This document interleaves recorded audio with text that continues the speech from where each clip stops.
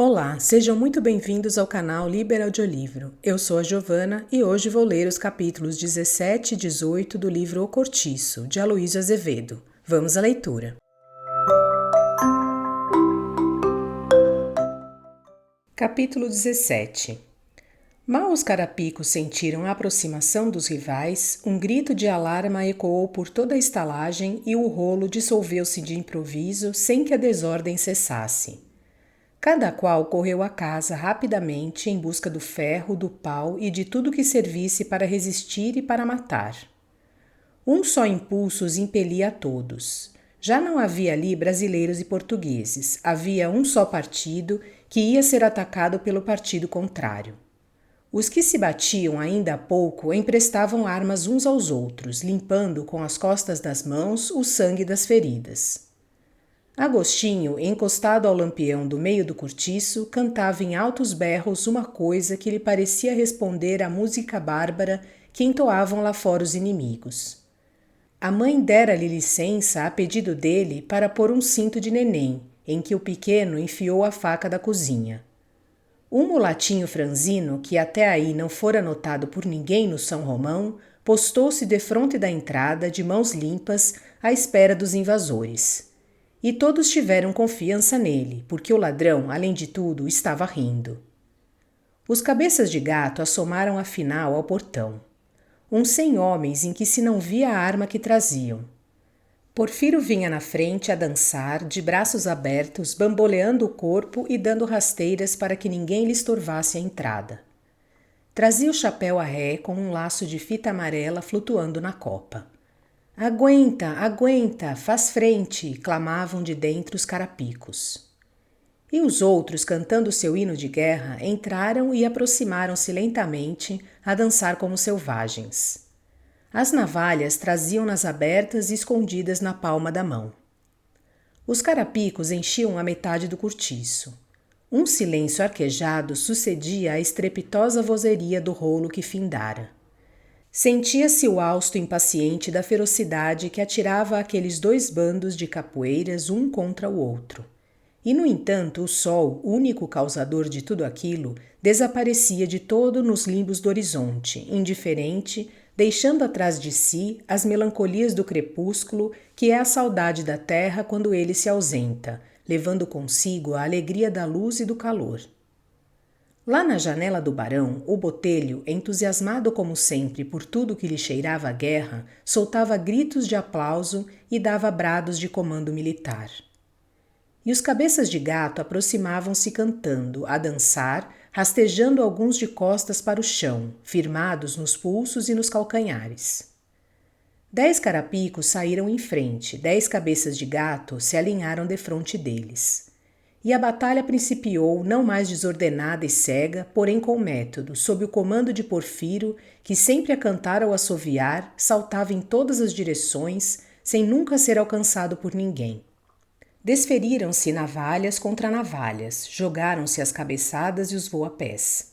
Par a par, todos os capoeiras tinham pela frente um adversário de igual destreza que respondia a cada investida com um salto de gato ou uma queda repentina que anulava o golpe. De parte a parte, esperavam que o cansaço desequilibrasse as forças, abrindo furo à vitória. Mas um fato veio neutralizar ainda uma vez a campanha. Imenso rebentão de fogo esgargalhava-se de uma das casas do fundo, o número 88. E agora o incêndio era a valer.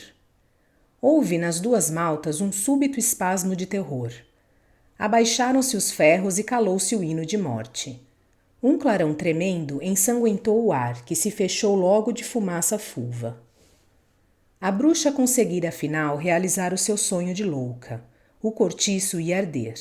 Não haveria meio de reprimir aquele cruento devorar de labaredas. Os cabeças de gato, leais nas suas justas de partido, abandonaram o campo, sem voltar o rosto, desdenhosos de aceitar o auxílio de um sinistro e dispostos até a socorrer o inimigo se assim fosse preciso. E nenhum dos carapicos os feriu pelas costas. A luta ficava para outra ocasião.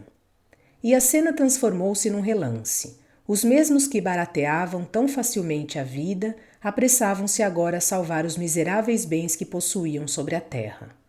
fechou-se um entre-sai de marimbondos defronte daquelas 100 casinhas ameaçadas pelo fogo. Homens e mulheres corriam de cá para lá com os tarecos ao ombro numa balbúrdia de doidos. O pátio e a rua enchiam-se agora de camas velhas e colchões espocados.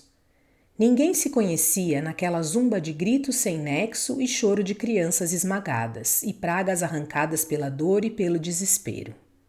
Da casa do barão saíam clamores apopléticos. Ouviam-se os guinchos de Zulmira, que se espolinhava com um ataque. E começou a aparecer água. Quem a trouxe? Ninguém sabia dizê-lo, mas vinham-se baldes e baldes que se despejavam sobre as chamas. Os sinos da vizinhança começaram a badalar, e tudo era um clamor. A bruxa surgiu à janela da sua casa com a boca de uma fornalha acesa. Estava horrível, nunca fora tão bruxa.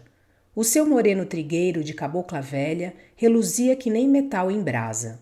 A sua crina preta, desgrenhada, escorrida e abundante como as das éguas selvagens, dava-lhe um caráter fantástico de fúria saída do inferno. E ela ria-se, ébria de satisfação, sem sentir as queimaduras e as feridas, vitoriosa no meio daquela orgia de fogo com que ultimamente vivia sonhar em segredo a sua alma extravagante de maluca. Ia atirar-se cá para fora, quando se ouviu estalar o madeiramento da casa incendiada, que abateu rapidamente, sepultando a louca num montão de brasas. Os sinos continuavam a badalar aflitos. Surgiam aguadeiros com as suas pipas em carroça, alvoroçados, fazendo cada qual maior empenho em chegar antes dos outros e apanhar os 10.000 réis da gratificação. A polícia defendia a passagem ao povo que queria entrar. A rua lá fora estava já atravancada, com o despojo de quase toda a estalagem. E as labaredas iam galopando desembestadas para a direita e para a esquerda do número 88. Um papagaio esquecido à parede de uma das casinhas e preso à gaiola gritava furioso, como se pedisse socorro. Dentro de meia hora o cortiço tinha de ficar em cinzas. Mas um fragor de repiques de campainhas e estridente silvar de válvulas encheu de súbito todo o quarteirão, anunciando que chegava o corpo dos bombeiros. E logo em seguida apontaram carros à desfilada, e um bando de demônios de blusa clara, armados uns de achotes e outros de escadilhas de ferro, apoderaram-se do sinistro, dominando o incontinente como uma expedição mágica sem uma palavra, sem hesitações e sem atropelos. A um só tempo viram-se fartas mangas d'água chicoteando o fogo por todos os lados, enquanto, sem se saber como, homens mais ágeis que macacos escalavam os telhados abrasados por escadas que mal se distinguiam, e outros invadiam o coração vermelho do incêndio, a dardejar duchas em torno de si, rodando, saltando, piruetando, até estrangularem as chamas que se atiravam ferozes para cima deles, como dentro de um inferno, ao passo que outros cá de fora, imperturbáveis com uma limpeza de máquina moderna, fuzilavam de água toda a estalagem, número por número, resolvidos a não deixar uma só telha enxuta. O povo aplaudia-os entusiasmado, já esquecido do desastre e só atenção para aquele duelo contra o incêndio. Quando um bombeiro de cima do telhado conseguiu sufocar uma ninhada de labaredas que surgia defronte dele, rebentou cá de baixo uma roda de palmas e o herói voltou-se para a multidão sorrindo e agradecendo. Algumas mulheres atiravam-lhe beijos, entre brados de ovação. Capítulo 18. Por esse tempo, o amigo de Bertoleza, notando que o velho Libório, depois de escapar de morrer na confusão do incêndio, fugia agoniado para o seu esconderijo, seguiu-o com disfarce e observou que o miserável, mal deu luz à candeia, começou a tirar ofegante alguma coisa do seu colchão imundo. Eram garrafas. Tirou a primeira, a segunda, meia dúzia delas. Depois puxou às pressas a coberta do catre e fez uma trouxa. Ia de novo ganhar a saída, mas soltou um gemido surdo e caiu no chão sem força, arrefeçando uma golfada de sangue e cingindo contra o peito o misterioso embrulho. João Romão apareceu e ele, assim que o viu, redobrou de aflição e torceu-se todo sobre as garrafas, defendendo-as com o corpo inteiro, a olhar aterrado e de esguelha para o seu interventor, como se dera cara a cara com um bandido. E a cada passo que o vendeiro adiantava, o tremor e o sobressalto do velho recresciam, tirando-lhe da garganta grunhidos roucos de animal batido e assustado. 2 vezes tentou erguer-se, 2 vezes rolou por terra moribundo. João Romão objurgou-lhe que qualquer demora ali seria morte certa. O incêndio avançava. Quis ajudá-lo a carregar o fardo.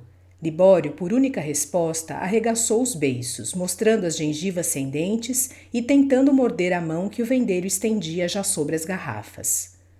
Mas lá de cima, a ponta de uma língua de fogo varou o teto e iluminou de vermelho a miserável pocilga.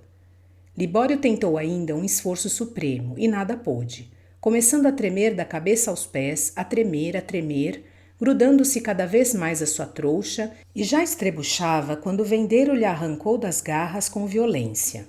Também era tempo, porque depois de insinuar a língua, o fogo mostrou a boca e escancarou afinal a goela devoradora. O tratante fugiu de carreira, abraçado à sua presa, enquanto o velho, sem conseguir pôr-se de pé, rastreava na pista dele, dificultosamente, estrangulado de desespero senil, já sem fala, rosnando uns vagidos de morte, os olhos turvos, todo ele roxo, os dedos enriçados como as unhas de abutre ferido. João Romão atravessou o pátio de carreira e meteu-se na sua toca para esconder o furto. Ao primeiro exame de relance, reconheceu logo que era dinheiro em papel o que havia nas garrafas. Enterrou a trouxa na prateleira de um armário velho, cheio de frascos, e voltou lá fora para acompanhar o serviço dos bombeiros. À meia-noite estava já completamente extinto o fogo e 4 sentinelas rondavam a ruína das 30 e tantas casinhas que arderam. O vendeiro só pôde voltar à trouxa das garrafas às 5 horas da manhã, quando Bertoleza, que fizera prodígios contra o incêndio, passava pelo sono, encostada na cama, com a saia ainda encharcada de água, o corpo cheio de pequenas queimaduras. Verificou que as garrafas eram 8 e estavam cheias até a boca de notas de todos os valores, que aí foram metidas uma a uma, depois de cuidadosamente enroladas e dobradas à moda de bilhetes de rifa. Receoso, porém, de que a crioula não estivesse bem adormecida e desse pela coisa, João Romão resolveu adiar para mais tarde a contagem do dinheiro e guardou o tesouro noutro lugar mais seguro. No dia seguinte, a polícia averiguou os destroços do incêndio e mandou proceder logo ao desentulho para retirar os cadáveres que houvesse. Rita desaparecera da estalagem durante a confusão da noite. Piedade caíra de cama com um febrão de 40 graus. A machona tinha uma orelha rachada e um pé torcido. A das dores, a cabeça partida. O Bruno levara uma navalhada na coxa. 2 trabalhadores da pedreira estavam gravemente feridos. Um italiano perdera 2 dentes da frente e uma filhinha da Augusta, carne mole, morrera esmagada pelo povo. E todos se queixavam de danos recebidos e revoltaram-se contra os rigores da sorte. O dia passou-se inteiro na computação dos prejuízos e a dar-se balanço no que se salvara do incêndio. Sentia-se um fartum aborrecido de estorrilho e cinza molhada. Um duro silêncio de desconsolo embrutecia aquela pobre gente. Vultos sombrios de mãos cruzadas atrás permaneciam horas esquecidas a olhar imóveis os esqueletos carbonizados e ainda úmidos das casinhas queimadas. Os cadáveres da bruxa e do Libório foram carregados para o meio do pátio, disformes, horrorosos, e jaziam entre 2 velas acesas ao relento, à espera do carro da misericórdia. Entrava a gente da rua para os ver. Descobriam-se defronte deles e alguns curiosos lançavam piedosamente uma moeda de cobre no prato que aos pés dos 2 defuntos recebia a esmola para a mortalha.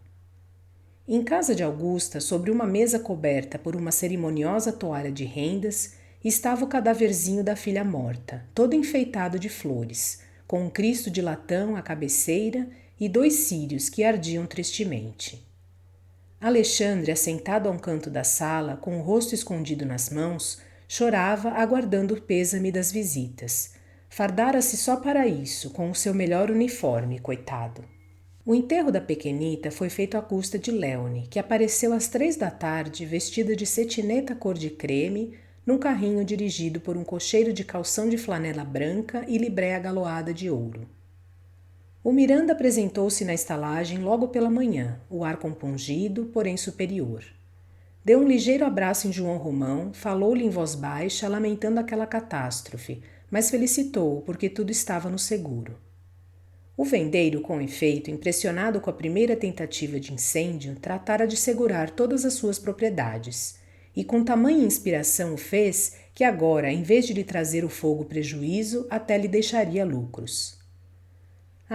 Meu caro, cautela e caldo de galinha nunca fizeram mal a doente, segredou o dono do cortiço a rir. Olhe, aqueles é que com certeza não gostaram da brincadeira, acrescentou, apontando para o lado em que maior era o grupo dos infelizes que tomavam conta dos restos de seus tarecos atirados em montão. Mas esses, que diabo, nada têm que perder, considerou o outro. E os dois vizinhos foram até o fim do pátio conversando em voz baixa. Vou reedificar tudo isto, declarou João Romão com um gesto enérgico que abrangia toda aquela Babilônia desmantelada. E expôs o seu projeto. Tencionava largar a estalagem entrando um pouco pelo capinzal.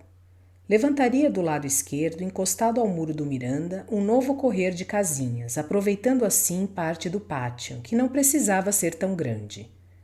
Sobre as outras, levantaria um segundo andar com uma longa varanda na frente, toda gradeada. Negóciozinho para ter ali, a dar dinheiro, em vez de uma centena de cômodos, nada menos de 400 a 500, de 12 a 25 mil réis cada um. Ele havia de mostrar como se fazem as coisas bem feitas.